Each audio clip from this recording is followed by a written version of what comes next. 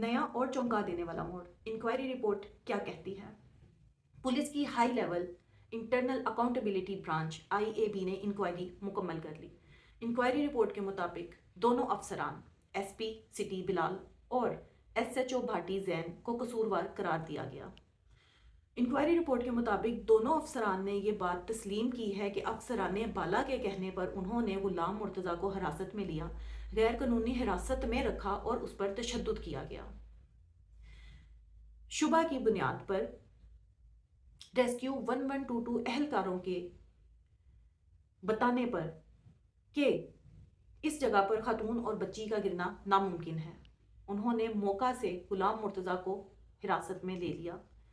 मौका पर मौजूद रिश्तेदारों से किसी किस्म की पूछगिछ नहीं की गई, उस पर तशद्दुद किया गया और उस पर दबाव डाला गया कि वो कत्ल का एतराफ़ करे।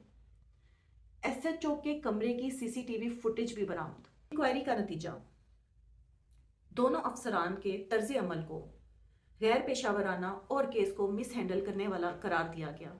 इंक्वायरी रिपोर्ट में दोनों अफसरान के खिलाफ महकमाना कार्रवाई की सिफारिश भी की गई है। ज़राए के मुताबिक रिपोर्ट IG पंजाब को पेश कर दी गई है और आगे चल के वज़ीर आला पंजाब मरियम नवाज को भी इससे आगाह किया जाएगा। सवाल ये है कि क्या वाकई मुल्जिमान को सज़ा दी जाएगी? ये सिर्फ गुलाम मुर्तज़ा का केस नहीं, हर उस शहरी का मसला है जो इंसाफ की उम्मीद रखता है। सवाल ये है कि क्या वाकई जिम्मेदारों को सज़ा मिलेगी या ये केस भी वक्त की गर्द में दब जाएगा? अपनी राय का इजहार कमेंट बॉक्स में कीजिए।